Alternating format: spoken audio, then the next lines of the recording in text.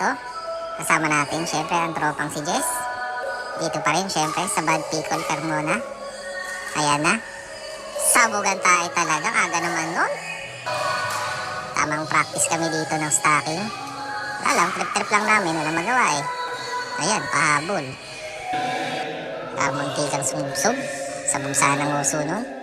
Pero kung ako, hindi ko nahabulin yun. Tangin na yan. Ba't ko na mahabulin pa yun? Ano to? Yung nakatempure. Di na, ano? Paglaro-laro, tamang chill lang. Palo-palo lang, pwede na yun. Papawis lang naman to eh. Ano papalang, manalo, matalo ka naman dito. Okay na yun. Pero yan ang sabugan tayo na naman. Dali. Pero forward ang standing namin dito ni Jess ah. Medyo maganda yung gabi namin dito. Diba? Popya.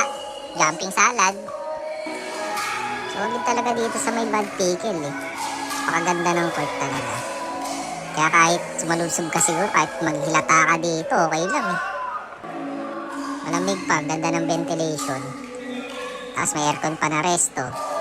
Teka lang ah, sabugan tayo. Grabe naman ang tropang si Jess.